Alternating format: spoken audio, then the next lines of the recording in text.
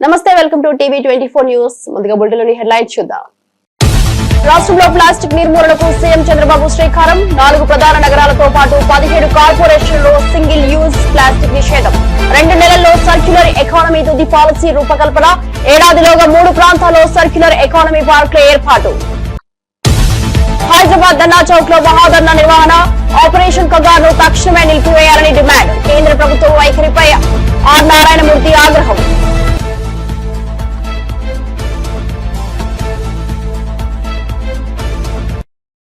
కుప్పం ఘటనపై స్పందించిన మాజీ మంత్రి రోజా. సీఎం నియోజకవర్గంలోనే మహిళపై ఇలాంటి దాడులా అని ప్రశ్న. రాష్ట్రంలో మహిళల భద్రత ఎలా ఉందో అర్థం చేసుకోవచ్చు అని వెల్లడి. ఆడపిల్లల జోలికి వస్తే అదే చివరి రోజుల్లో సీఎం చంద్రబాబు. కులగణనపై రాహుల్ గాంధీ ఎప్పుడో మాట్లాడారు అన్న వి హనుమంతరావు. రాష్ట్రంలోని బీసీ ఎంపీలు నోరు విప్పాలి, లేకపోతే మీ ఇళ్ల ముందు ధర్నా చేస్తారని వెల్లడి.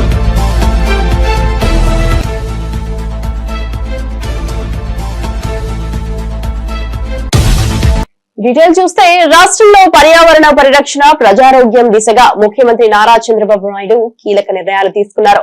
ముఖ్యంగా నగరాలను ప్లాస్టిక్ రహితంగా మార్చేందుకు గట్టి చర్యలు చేపట్టాలని అధికారులను ఆదేశించారు. ఈ ఏడాది అక్టోబర్ 2వ తేదీ నాటికి విశాఖపట్నం, విజయవాడ, తిరుపతి, రాజమండ్రి నగరాలతో పాటు మరో 17 కార్పొరేషన్లలో సింగిల్ యూజ్ ప్లాస్టిక్ ని పూర్తిగా నిషేధించాలని స్పష్టం చేశారు.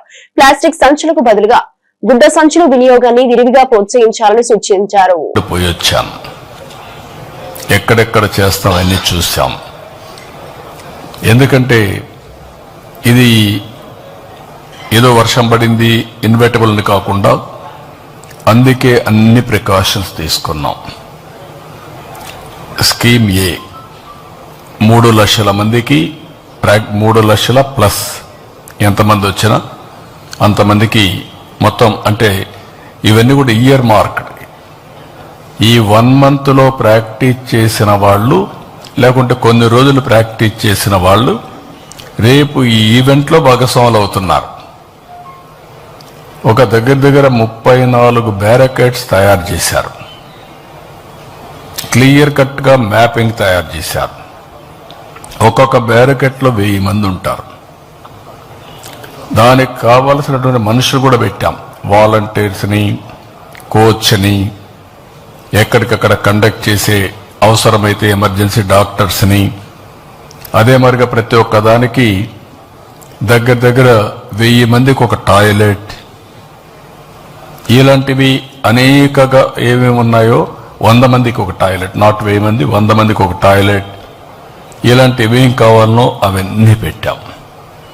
అవన్నీ పెట్టి మొత్తం ఎవరెవరు వస్తారో ముందుగానే వాళ్ళందరికీ ఏ విధంగా కావాలి, వెహికల్స్ అరేంజ్ చేసే వాళ్ళు ఉంటే వాళ్ళకు కూడా క్లారిటీ ఇచ్చాం. ఎన్ని గంటలకు బయలుదేరాలి, ఎన్ని గంటలకు రావాలి, అవన్నీ కూడా ఇక్కడ ఈ ప్లేస్ వరకు రాష్ట్రమంతా చేసేవాళ్ళు వాళ్ళు చేస్తారు. ఇందులో 1 ఈజ్ గిన్నెస్ రికార్డ్. 22 ఐటమ్స్ లో మనం రికార్డ్ బ్రేక్ చేస్తున్నాం, అంటే వరల్డ్ బుక్ ఆఫ్ రికార్డ్స్. రాష్ట్రంలో మహిళలపై పెరుగుతున్న అఘాయిత్యాలపై వైఎస్ఆర్సీపీ ఎమ్మెల్సీ వరదు కళ్యాణి తీవ్ర వ్యాఖ్యలు చేశారు. తాటా తీస్తా, తోడు తీస్తా అన్న పవన్ కళ్యాణ్ మౌనంగా ఎందుకు ఉన్నారని ప్రశ్నించారు. చంద్రబాబు ప్రాతినిధ్యం వహిస్తున్న కుప్పంలో టీడీపీ కార్యకర్త ఓ మహిళను రోడ్డుపై ఈడ్చి చెట్టుకు కట్టిన దారుణ ఘటనను కళ్యాణి మీడియా ముందు వెల్లడించారు. విశాఖ సత్యసాయిలోనూ టీడీపీ అనుబంధితులే మహిళలపై దాడులకు పాల్పడ్డారంటూ తీవ్ర ఆరోపణలు చేశారు. అధికార పార్టీ నాయకులే నిందితులవుతుంటే చర్యలు ఎందుకు తీసుకోవడం లేదని నిలదీశారు. రాష్ట్రంలో భద్రత లేదని, మహిళలు భయంతో జీవిస్తున్న పరిస్థితిని కళ్యాణి ఆవేదనతో వివరించారు. సాక్షాత్తు ముఖ్యమంత్రి సొంత నియోజకవర్గంలో ఎలాంటి సంఘటన జరుగుతూ ఉందంటే ఇంకా రాష్ట్రంలో ఉన్న మహిళలకి రక్షణ ఎక్కడ ఉంటుందని నేను అడుగుతూ ఉన్నాను. హోంమంత్రి గారు చెప్పారు, ఈ రాష్ట్రంలో కూటమి ప్రభుత్వం అధికారంలోకి వచ్చింది, మహిళలందరూ ప్రశాంతంగా నిద్రపోవచ్చు అని. సాక్షాత్తు ముఖ్యమంత్రి గారి సొంత నియోజకవర్గంలోనే ఒక మహిళ ఇలాంటి పరిస్థితులను ఎదుర్కొంది అంటే ఇంకా రాష్ట్రం అంతా ఎక్కడ ప్రశాంతంగా నిద్రపోతారు హోమ్ మినిస్టర్ గారు అని అడుగుతున్నా. ఇంత సంఘటన జరిగినా ప్రభుత్వం స్పందిస్తున్న తీరు మాత్రం చాలా దారుణం. ముఖ్యంగా హోంమంత్రి గారు ఒక మహిళా హోంమంత్రి అయ్యి వీడియో కాల్లో ఆవిడేమో మాట్లాడి స్పందిస్తారట. ఎంత దారుణం! వెళ్ళి ఏం జరిగిందో తెలుసుకోవచ్చు కదా. ఆవిడ తను సొంత నియోజకవర్గంలో ఏం జరిగినా, మహిళల మీద అఘాయిత్యాలు జరిగినా వెళ్ళరు, సొంత జిల్లాలో ఏ మహిళల మీద ఇన్ని అఘాయిత్యాలు జరిగాయి, హత్యలు జరిగాయి, ఎక్కడికి వెళ్ళిన పరిస్థితి లేదు. నివాసం ఉంటున్న విశాఖపట్నంలో ఇన్ని అత్యాచారాలు జరిగిన ఎక్కడికి అయినా వెళ్ళి ఆ కుటుంబానికి భరోసా ఇవ్వడం, ఆ అమ్మాయిలకి ధైర్యం చెప్పడం ఉండే పరిస్థితి మనం చూడలేదు.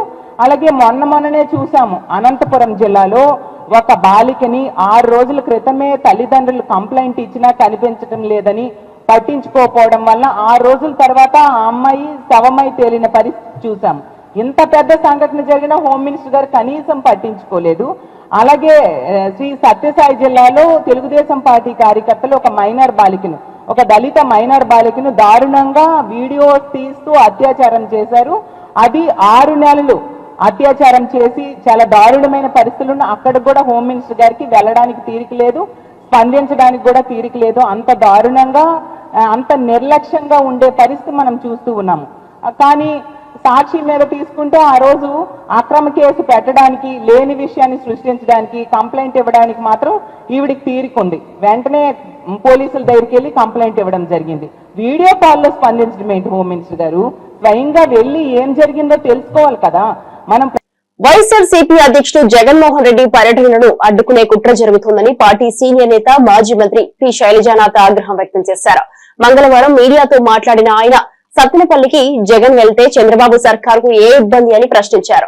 బాధిత కుటుంబాన్ని పరామర్శించేందుకు జగన్ కు హక్కు ఉందన్నారు. పొదిలిలో ప్రజల స్పందన చూసి టీడీపీ భయపడుతోందని ఆరోపించారు. రాష్ట్రంలో అప్రకటిత ఎమర్జెన్సీ అమలవుతోందని, బ్రిటిష్ చట్టాలతో వైఎస్ఆర్సీపీని అణచాలనే ప్రయత్నం జరుగుతోందని మండిపడ్డారు. 30 యాక్ట్ పేరిట పర్యటనను అడ్డుకోవాలని దుర్మార్గంగా అభివర్ణించారు. శాంతియుత నిరసనలకు రాజ్యాంగం హక్కు ఇచ్చిందని గుర్తు చేశారు. సంగతి ప్రపంచమంతా తెలుసు, బహుశా మీరు మర్చిపోయారేమో నాకు అనుమానంగా ఉంది. ఎందుకంటే చాలా కాలం క్రితం ఇది వచ్చిన చట్టం. ఇది 19లో రాలే. ఇది 1800 అద్దాలు కూడా ఎక్కడ పడ్డాము. ఇది 1861 సంవత్సరంలో నుంచి అమల్లో ఉంది. ఈ పోలీస్ యాక్ట్ అనేది 30 అనేది ఇప్పుడు దాదాపు 100 ఏళ్ళు దాటిపోయి 200 ఏళ్ళు దాటుతున్నట్లు దాదాపు అప్పటి నుంచి అమల్లో ఉంది. పోలీసుల బ్రిటిష్ రాజ్యం లాంటి రాజ్యంలో అత్యంత గట్టిగా, లేకుంటే మనం చదువుకున్న పుస్తకాల్లో దుర్మార్గంగా చట్టాలు అమలు చేయబడతా చేసి ఉంటే స్వాతంత్ర పోరాటంలో అన్ని సభలు సమావేశాలు ఎట్లా జరిగాయో అర్థం చెప్పగలరా మీరు ఎవరైనా? వాళ్ళు కూడా దీన్ని ఇంప్లిమెంట్ యొక్క అర్థం చేసుకోలే. వాళ్ళు కూడా ప్రజాస్వామ్యబద్ధంగా అర్థం చేసుకున్నారు. మీరు ఏది మాట్లాడినా పర్మిషన్ తీసుకోవాలా? శాంతియుతమైన నిరసనలకి భారత రాజ్యాంగమే అనుమతి ఇచ్చింది కదా. మీరు దాన్ని మర్చిపోతే ఎట్లా? అసలుకు మీరు ఆర్టికల్ 19A 19(1)B శాంతియుతంగా సమావేశం అయ్యే హక్కు భారత రాజ్యాంగం. సత్తెనపల్లిలో జరగబోయే జగన్మోహన్ రెడ్డి పర్యటనపై రాష్ట్రంలో ఆంక్షలు పెడుతున్నారని మాజీ మంత్రి వెడదల రజని మండిపడ్డారు. ఇక జగన్ వస్తున్నారన్న విషయం తెలిసిన వెంటనే కూటమి నేతలు ఎందుకు భయపడుతున్నారని ఆమె ప్రశ్నించారు. ఎక్కడా లేని ఆంక్షలు ఎందుకు అమలవుతున్నాయన్న ఆమె ప్రశ్నిస్తూ మన రాష్ట్రం ఎమర్జెన్సీలో ఉందా అంటూ తీవ్ర స్థాయిలో స్పందించారు. ప్రజలతో మమేకం కావడానికి పర్యటనకు వెళ్లే జగన్ కు ఇలాంటి ఆటంకాలు ఎందుకని నిలదీశారు. అంత అవసరం ఏముంది? ఎందుకంత భయం? అంటే కూటమి ప్రభుత్వము ఫెయిల్ అవుతుంది. జనాదరణ అనేది ఈ రోజు వైఎస్ఆర్ కాంగ్రెస్ పార్టీకి, నాయకుడు జగన్మోహన్ రెడ్డి గారికి పెరుగుతుంది. మీరు చేస్తున్నటువంటి అరాచక పాలన తట్టుకోలేక ఈ రోజు జనం రోడెక్కుతున్నారు. రోడెక్కి వాళ్ళ యొక్క బాధల్ని, వాళ్ళకు నమ్మకం ఉన్నటువంటి, వాళ్ళకు న్యాయం చేస్తాడని నమ్మకం ఉన్నటువంటి ఒక నాయకుడికి చెప్పుకోవడానికి రోడెక్కుతుంటే మీరు ఇదంతా కంట్రోల్ చేయాలి, ఈ గవర్నమెంట్ ఫెయిలియర్ అనేది, కూటమి ప్రభుత్వం ఫెయిల్ అవుతుందని పబ్లిక్ గ్రహిస్తున్నారు. మంచి గ్రాఫ్ వస్తుంది, వైఎస్ఆర్సీపీకి ఒక గ్రాఫ్ పెరుగుతుంది. కాబట్టి దీన్ని మొత్తం కనపడకుండా చెయ్యాలని చెప్పడానికే ఈ ఆంక్షలు విధిస్తా ఉన్నారు. ఖచ్చితంగా మేము చెప్తా ఉన్నాము. ఏదేమైనప్పటికీ రేపటి ప్రోగ్రాం జగన్మోహన్ రెడ్డి గారు వస్తున్నారు. ఇదే కాదు, ఇదే కుటుంబానికి కాదు, ఇలా అన్యాయంగా, ఇలా ఏ ఇబ్బందుల్లో ఉండి ఎవ్వరు బాధపడినా అలాంటి కుటుంబాలకు ఇక్కడే కాదు రాష్ట్రంలో ఎక్కడైనా కూడా మన నాయకుడు జగన్మోహన్ రెడ్డి గారు ఖచ్చితంగా వస్తారు, పరామర్శిస్తారు, ఆ కుటుంబాలను ఆదుకుంటారు, అండగా నిలబడుతున్నారని చెప్పి చెప్తున్నాము. ఇక దీని మీద ధ్యాస లేదు వీళ్ళకి. ఇక దేని మీద ధ్యాస ఉందంటే వాళ్ళకి పూర్తి స్థాయిలో కూడా వీటి మీద ధ్యాస ఉంది. మా నియోజకవర్గంలో ఈరోజు చిలుకలూరుపేట నియోజకవర్గంలో నాదెండ్ల మండలంలో ఇద్దరు రైతులు దారుణంగా ఏ విధంగా ఆత్మహత్య చేసుకొని చనిపోయారో ఈరోజు ఈ వార్త అందరూ కూడా వినే ఉంటారు. ఎందుకు జరిగింది ఆత్మహత్య? ఆ రైతుకు అంత కష్టం ఎందుకు వచ్చింది? ఎందుకంటే కూటమి ప్రభుత్వం వచ్చాక రైతుకి న్యాయం జరగట్లేదు. రైతు కష్టాలు ఏ విధంగా ఉంది, ఎంత బాధల్లో ఉన్నాడు, ఆ బాధ తట్టుకోలేక ఈ రోజు ఆ రైతులు ఆత్మహత్య చేసుకున్నారు. దీని బాధ్యత ఎవరు తీసుకుంటారు? దీనికి కారణం ఎవరు? కూటమి ప్రభుత్వం కాదా? ఇవేం పట్టవు. ఇప్పుడు ఇలాంటి డిస్టర్బెన్స్లు చేయాలి, రెడ్ బుక్ రాజ్యాంగం అమలు చేయాలి, జగన్ గారి ప్రోగ్రామ్ వస్తే జనాలను అడ్డుకోవాలి. దీని మీద ఉన్నటువంటి ఫోకస్ దేని మీద లేదు, పబ్లిక్ మీద లేదు, పబ్లిక్ ఇంట్రెస్ట్ కోసం పనిచేసే దీనికి లేదు, ప్రజలకు కావాల్సినటువంటి పనుల మీద లేదు, సామాన్యుడికి ఏదన్నా మంచి చేద్దామన్నటువంటి ఆలోచన లేదు. ఎంతసేపు ఇలాంటి రాజకీయాల మీద అన్వాంటెడ్ గా వేస్ట్ ఆఫ్ టైం అనొచ్చు. రేవంత్ రెడ్డి సర్కార్ చేస్తున్న అభివృద్ధి చర్యలు బీఆర్ఎస్ నేతలకు మింగుడు పడటం లేదని రంగారెడ్డి జిల్లా అధ్యక్షుడు టీయూఎఫ్ఐడిసి చైర్మన్ చల్లా నరసింహారెడ్డి వ్యాఖ్యానించారు. రాష్ట్రంలో వేగంగా జరుగుతున్న అభివృద్ధి కార్యక్రమాలు, సంక్షేమ పథకాలు ప్రజల్లో విశ్వాసం పెంచాయన్నారు. ఈ స్థాయిలో పనిచేస్తున్న కాంగ్రెస్ ప్రభుత్వాన్ని విమర్శించడం బీఆర్ఎస్ కు అలవాటైపోయిందని ఎద్దేవా చేశారు. ఎన్నికల సమయంలో ఖాళీ మాటలకే పరిమితమైన బీఆర్ఎస్ ఇప్పుడు రేవంత్ పాలనను చూసి అసూయతో తిప్పలు పడుతుందని వ్యాఖ్యానించారు. ప్రజల మద్దతుతో సాగుతున్న ప్రభుత్వం అభివృద్ధి మార్గంలో ముందుకు వెళ్తుందని ఆయన తెలిపారు.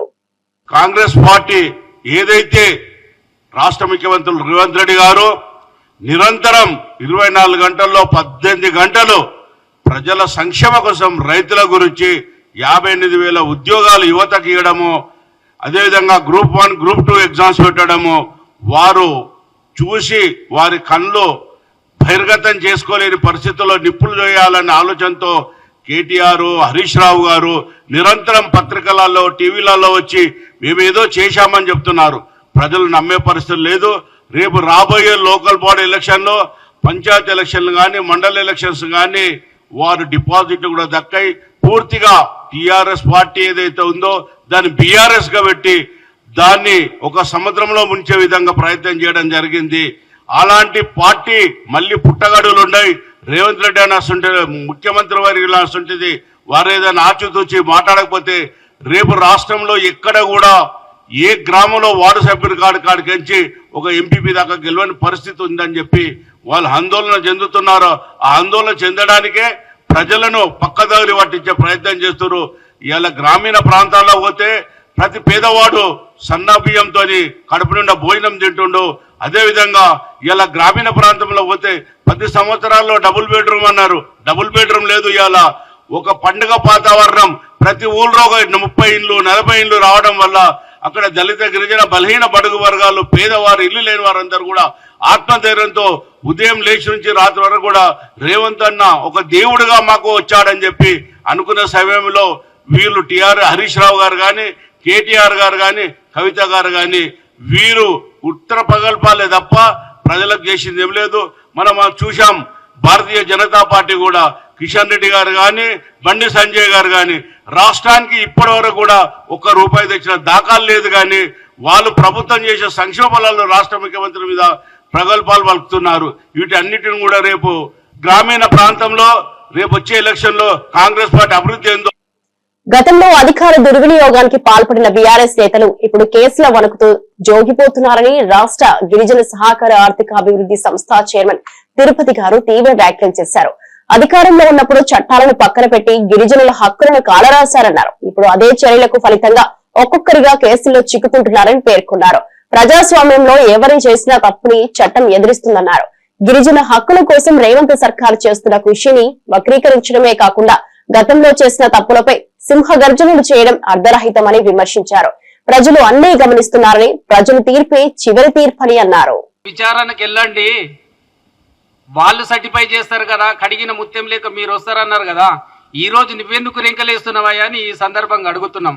గతంలో మీరు మంత్రివర్గంలో ఉన్నారు కదా, మీకు తెలుసు కదా, ఏదైతే 55 కోట్లు మీరు ట్రాన్సాక్షన్ చేసిరు కదా, మీరు బాగా చదువుకున్నారు కదా, అమెరికాలో చదువుకున్నారు కదా బిడ్డ, మరి మీకు తెలియదా ఫారెన్ ట్రాన్సాక్షన్స్ చేసినప్పుడు ఆర్బీఐ గైడ్ లైన్స్ ఏంటిది ఒక్కసారి చదువు, నీకు తెలుస్తుంది కదా.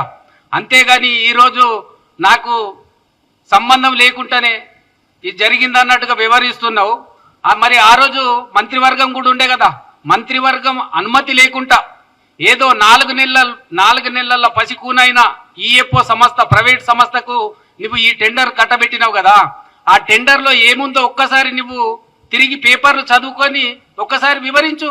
ఆ టెండర్లో కేవలం ఏమి ఉన్నదంటే వేదికలు నిర్మించటానికి, రోడ్స్ నిర్మించటానికి, దానికి సంబంధించిన ఇన్ఫ్రాస్ట్రక్చర్ నిర్మించటానికి ఆ టెండర్లు ఉంది. కానీ ఈరోజు ఏం చేసినావు, 55 కోట్ల రూపాయలను ఫారెన్ ట్రాన్సాక్షన్ చేసినావంటే నా చదువు ఎక్కడో ఉపయోగపడుతుందో ఒక్కసారి గ్రహించండి. ఎందుకంటే ఈరోజు 18 నెలలలో అనేక సంక్షేమ కార్యక్రమాలు చేస్తున్న గౌరవ ముఖ్యమంత్రి వర్యులు రేవంత్ రెడ్డి గారి మీద మీరు అనేక దుర్భాషలు ఆడుతున్నారు. ఇక్కడ కాంగ్రెస్ శ్రేణులందరూ కూడా ఈరోజు తిరగబడితే తెలంగాణ రాష్ట్రంలో నీవు ఉండవు, మళ్ళీ బీహార్కి పారిపోవలసిన అవసరం ఉన్నది. ఎందుకంటే మీ మూలాలు అక్కడే అని పదే మీ అయ్యగారు చెప్తుంటారు కదా, మళ్ళీ మీరు బీహార్కి వెళ్ళవలసి వస్తుందని ఈ సందర్భంగా తెలియజేస్తున్నాం.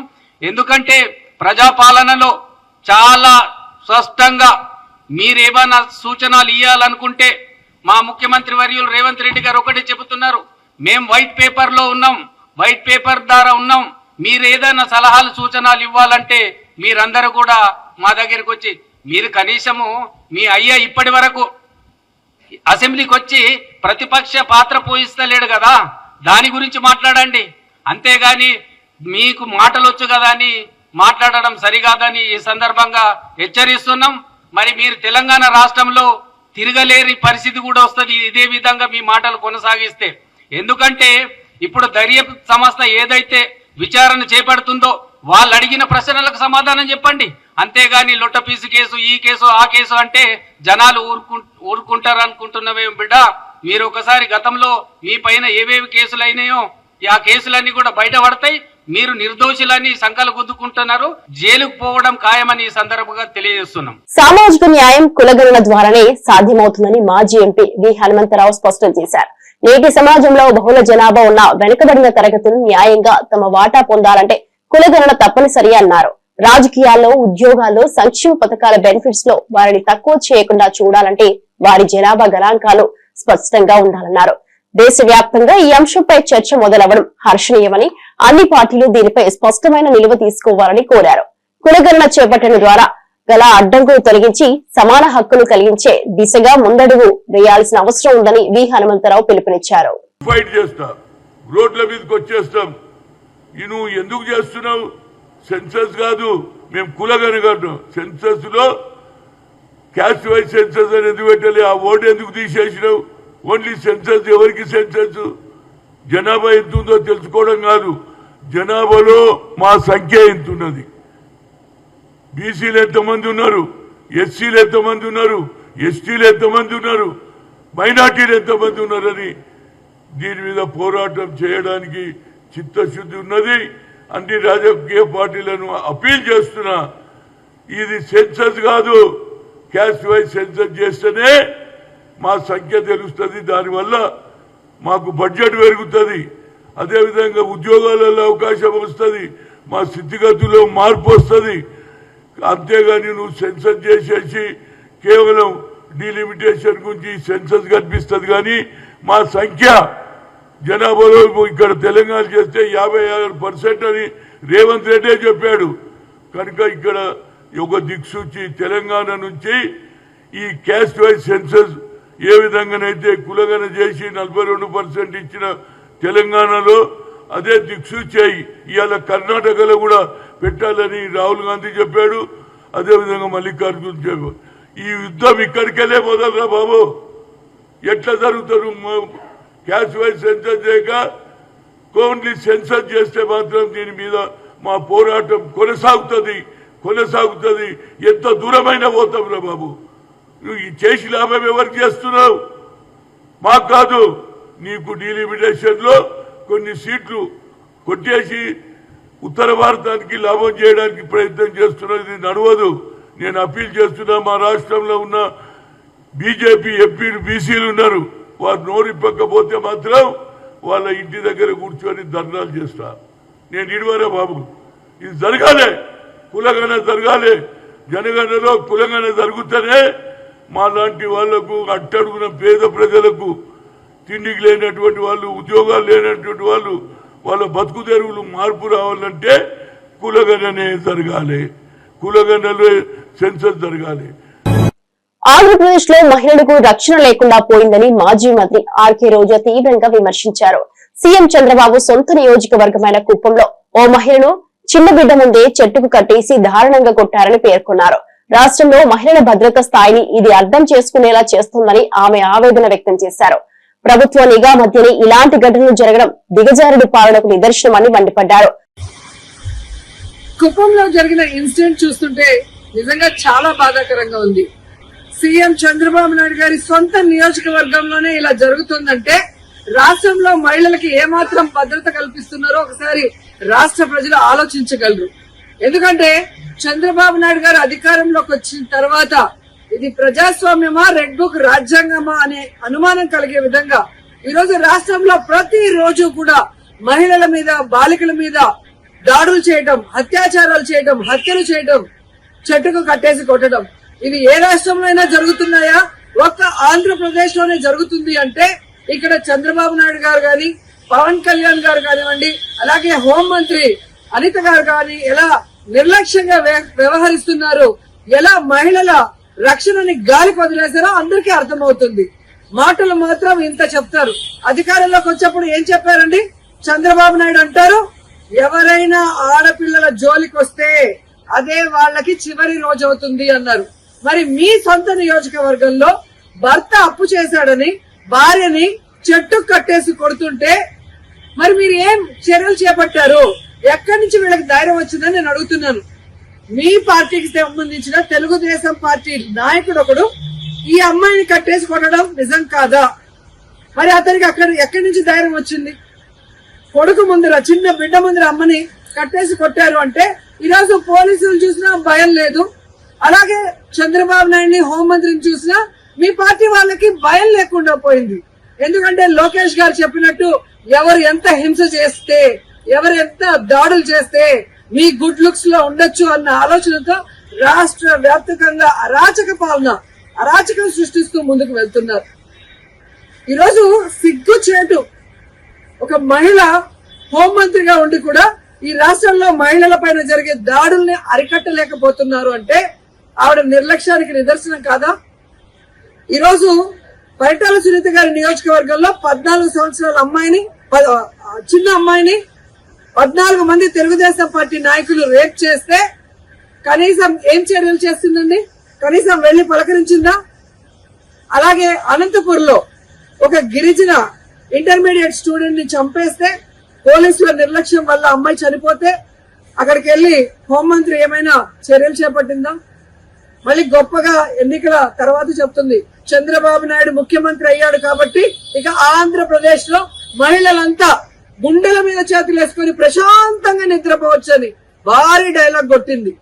కనీసం కుప్పంలో కూడా మహిళలు ప్రశాంతంగా పడుకునే పరిస్థితి లేకుండా పోయింది. ఈ రోజు ఆవిడ సెల్ ఫోన్ లో ఏ విధంగా వీడియో కాల్ చేసి పరామర్శిస్తోందంటే ఈవిడ అహంకారానికి నిదర్శనం కాదని నేను అడుగుతున్నా. హోంమంత్రి అంటే రాష్ట్రంలో మహిళలకి, ప్రజలకి రక్షణ కల్పించాల్సిన బాధ్యత. చిత్తూరు జిల్లా కుప్పంలో మహిళా శిరీషను టీడీపీ కార్యకర్తలు పాశవికంగా వేధించిన ఘటన కలకలం రేపుతోంది. అప్పు తీర్చేందుకు కొంత సమయం ఇవ్వమని బ్రతిమాలినా వినకుండా ఆమె చీరలాగి చెట్టుకు తాళ్లతో కట్టేసి దారుణంగా కొట్టారని బాధితురాలు ఆవేదన వ్యక్తం చేసింది. ఆమె పిల్లవాడు మా అమ్మని కొట్టొద్దు అని ఏడుస్తుంటే వాడిని కూడా రోడ్డు మీద ఈడ్చేశారట. పిల్లాడి టీసీ చింపడానికి ప్రయత్నిస్తుండగా తన అడ్డంకికి ప్రతీకారంగా చిత్రహింసలు పెట్టారని తెలిపింది. 80,000 అప్పు చెల్లించలేదనే కారణంతో ఇంత దారుణానికి పాల్పడిన టీడీపీ కార్యకర్తలపై తీవ్ర ఆగ్రహం వ్యక్తమవుతోంది. బాధితురాలి కన్నీటి వ్యాఖ్యలు ప్రస్తుతం సోషల్ మీడియాలో వైరల్ అవుతున్నాయి. చేసినారు ముందు మా ఆయన్నే చేసినారు, నైటే తోడుకొని వెళ్ళి మా ఆయన దిగులు పడి వెళ్ళిపోయినాడు. నాకు ఆ పెళ్ళాం వద్దు, బిడ్డలో వద్దని. వాళ్ళ తమ్ముడికి 16 లక్షలు ముందుకు నిలిచి ఇచ్చిన దానికి ఆ అప్పుకు దిగులు పడి మా ఆయన కొద్దిగా చేసినాడు. వాళ్ళు ఎట్లు ఇచ్చినారో అట్లా ఇస్తామని మంచిగానే చెప్తా ఉన్నాం, వినలేదు. చాలా దారుణంగా కొట్టి మా పిల్లోడు ఏడుస్తాంతో రోడ్డుకి ఇచ్చేసి మారి చేసిండారు. ఇస్తాము, మాకు ఏదైనా లోన్ ఈయన వస్తే ఇస్తామని చెప్పినాము. ఈ మారి చేస్తున్నారు. చీరినంతా ఇప్పి కొట్టి తాడు తీసుకొచ్చి కట్టేసి మూతినంతా గిల్లి గొంతు పిసికి చంపేస్తామని బెదిరించినారు. చెప్పితే కూడా లేదు. దారులు పోయి వచ్చేవాళ్ళు ఈ మారి ఇది కట్టేయడం లేడీస్ ని తప్పు అని చెప్పిన తర్వాత అప్పుడు కూడా ఏం లేదు. ఏమన్నా ఉంటే నువ్వు కట్టేసి తీసుకెళ్ళని చాలా దారుణంగా కొట్టినారు సార్. లోపల ఈ మారి చేస్తా ఉన్నారు. ఆ ఊర్లో పోయేదానికి లేదు, వచ్చేదానికి లేదు. తెగ ఇచ్చి నిన్ను పోయినాను నారాయణపురానికి. ఈ మారి చేసినారు. నేను వస్తే ఇట్లా చేస్తారని ముందునే చెప్తుంది, అయినా ఏం లేదు. తల్లిగా వచ్చి సంతకం పెట్టి టీసీ తీసుకొని పోవాల, పిల్లల భవిష్యత్తు ఇది అని చెప్పినారు. నేను నిన్న 1 గంట 10 నిమిషాలకు వెళ్ళినాను. ఆ 1 గంట 10 నిమిషాలకు ఆ మారి జరిగింది. నేను పోయేటప్పుడే ఇంటి దగ్గర రోడ్డు పక్కన కాసు కూర్చున్నారు. టీసీ తీసుకొని బయట వచ్చేటప్పటికి ఈ మారి చేసినారు. మునికేనప్ప, రాజా, వెంకటమ్మ, జగదీశ్వరి. పింఛన్ డబ్బులు కూడా మా పాపకి ఇచ్చేదాన్ని అప్పులు ఇచ్చిన వాళ్ళు పాప చేతులనికి పెరుకొని ఉండారు. 3 నెలలుగా పింఛన్ అయితే ఇయ్యలేదు. ఆ పాప ఇచ్చేదానికి మా అమ్మది అప్పు చేసింది ఇస్తానని వస్తే కూడా బెదిరించినారు మా పాపని. నాకు 3 పిల్లోళ్ళు, హ్యాండిక్యాప్, ఒక పాప, 2 ఆడపిల్లోళ్ళు, 1 కొడుకు. మా కొడుకుని తీసుకెళ్ళినాను. వాడిని ఈడ్చి రోడ్డుకి వేసేసి మా అమ్మను కట్టొద్దంటే కూడా ఈ మారి తాడేసి లాగి కట్టినారు. తీసుకుని దాన్ని ఇస్తామని ఏమను మంచిగానే చెప్తా ఉన్నాను, అయినా వినలేదు. నా మెడలో ఉండే బొట్టునే కూడా నా మొగుడు బాగుంటే చాలు, ఒకప్పుడు బాగా బతికినోడు, 1,00,000 తీస్తే 1,00,000 వడ్డీ కట్టిండాడు. ఊరికి వచ్చేదానికిలే పోయేదానికిలా. మాకేదో కాలనీ ఇల్లు వచ్చింది. ఆ కాలనీ ఇల్లు కట్టుకుంటే దాన్ని అమ్మేసేయి అంటూ ఉన్నారు. మా అమ్మ వాళ్ళు కొంచెం హెల్ప్ చేసినారు. ఇల్లు లేక వాకిలు లేక ఏదో చిన్న ఇల్లు మా మొగుడి ఇల్లు. మేమేదో కష్టపడి మా పింఛన్ డబ్బులు మా పాపకు వచ్చింది ఇంతో కొద్దిగా కూడిపెట్టి మా నగ నట్రా ఉంటే పెళ్లికేసింది. ఇల్లు కట్టుకొని ఉన్నాం. ఊరికైనా అప్పు చేసి ఇల్లు కట్టుకొని ఉండారని ఈ మారి సతాయిస్తారు మమ్మల్ని. చాలా టార్చర్ పెడతారు. ఊరు పోయేకలే వచ్చేకలేదు. మా పిల్లలు 1 సంవత్సరము ఆడ తినేదానికి ఉండేదానికి చాలా కష్టపడి ఉన్నారు. స్కూల్కి పోయేటప్పుడు వచ్చేటప్పుడు ఆ మారి సాపిస్తారు. పిల్లల్ని కత్తితో పొడుస్తాము, మూట్లు కసి కడతాము. అప్పు ఇవ్వకపోతే మీ నాన్న ఎక్కడున్నారు, మీ అమ్మ ఎక్కడున్నారు అని. అడిగిన వాడే నక్సలైట్, అడగని వాడు ఆల్ రైట్ అంటూ ప్రభుత్వంపై ఆగ్రహం వ్యక్తం చేసిన సినీ నటుడు ఆర్ నారాయణమూర్తి ఆరోపణలు తీవ్ర చర్చనీయాంశమయ్యాయి. అటవీ సంపదను అంబానీ, అదానులకు కట్టబెట్టేందుకు మావోయిస్టులను చంపుతున్నారని ధ్వజమెత్తారు. అణిచివేయాల్సింది మావోలు కాదు, దోపిడీ వ్యవస్థని అన్నారు. హైదరాబాద్ ధర్నా చౌక్ లో జరిగిన మహాధర్నాలో పాల్గొన్న ఆయన ఆదివాసులపై జరుగుతున్న దమన చర్యలపై ఫైర్ అయ్యారు. ఇదే సభలో పాల్గొన్న ఎమ్మెల్సీ కోదండరాం మాట్లాడుతూ ఆపరేషన్ కగార్లో చనిపోతున్న వాళ్లలో మావోల కంటే ఎక్కువగా ఆదివాసులే ఉన్నారు. ప్రభుత్వం మావోయిస్టులతో చర్చలు జరపాలని సూచించారు. ఆదివాసి న్యాయం జరగాలి. ఏ ఫిఫ్త్ షెడ్యూల్ ఉందో, రాజ్యాంగంలో ఏ ఆదివాసుల హక్కులు ఉన్నాయో, ఏ వన్ ఆఫ్ 70 యాక్ట్ ఉందో, ఏ సంతాల్ పరిగణ యాక్ట్ ఉందో, ఏ చోటా నాగపూర్ టెనెంట్ యాక్ట్ ఉందో, ఆ యాక్టులన్నీ మేము ఇంప్లిమెంట్ చేయకుండా ఆదివాసీలు ఆ మూల సంపద, ఆ మూల వనరులు, మూల వస్తు చెందకుండా మీరు ఉద్యమం చేయటండి. వాళ్ళ కోసం పోయి చేస్తున్న ఈ ఉద్యమకారులు మీరు కిరాతంగా చంపేటండి. దారుణం సార్. అమిత్ షా గారు, నరేంద్ర మోడీ గారు చాలా దారుణం సార్. మీరు ఆపరేషన్ సింధూర్ పేరు చెప్పి శత్రుదేశమైన పాకిస్తాన్ తో ఏ ట్రంప్ గారు చెప్పారనో, పాకిస్తాన్ పదేపడిందని మీరు చర్చలు జరిపారే. అలాంటిది భారత మాత ముద్దు బిడ్డలు, ఈ ఉద్యమకారులు వాళ్ళు ఏం నేరం చేశారు, ఏం ఘోరం చేశారు, మాకు శాంతి చర్చలు కావాలి అని కోరారు. వాళ్ళు ఎందుకు మీరు ఇంప్లిమెంట్ చేయరు? ఎందుకు మీరు వాళ్ళ హానర్ చేయరు? ఎందుకు వాళ్ళు చర్చలు కోరారు? వాళ్ళ పుట్టడం కోసం కాదు, వాళ్ళ ప్రాణమిత్తో కాదు. ఎందుకంటే ఊరిని, వాళ్ళని, అమ్మని, బాబుని, సమస్తాన్ని వదిలేసి ప్రజల కోసం ప్రాణాలు తెగించి పణంగా పెట్టి వీళ్ళు పోరాడుతున్న వాళ్ళు వాళ్ళ ప్రాణం కోసం వాళ్ళు చర్చలు జరుపుతున్నాడు కదా. ఈ బ్యాటిల్లో అనేక మంది అమ్మాయికి ఆదివాసి చనిపోతున్నారు, వాళ్ళు చావకూడదు అని వాళ్ళు అడిగారు సార్. ఏం సార్ ధర్మం ఇది? చర్చలు జరపండి సార్, శాంతులు జరపండి సార్. అయ్యా నరేంద్ర మోడీ గారు, మీరు మాట్లాడితే రామరాజ్యం అంటారు, మరి హిందూ దేశం అంటారు, హిందూ రాజ్యం అంటారు, రామభక్తులు అంటారు. మేము రామభక్తులమే, మేము హిందువులమే సార్. రామరావణ యుద్ధం జరిగినప్పుడు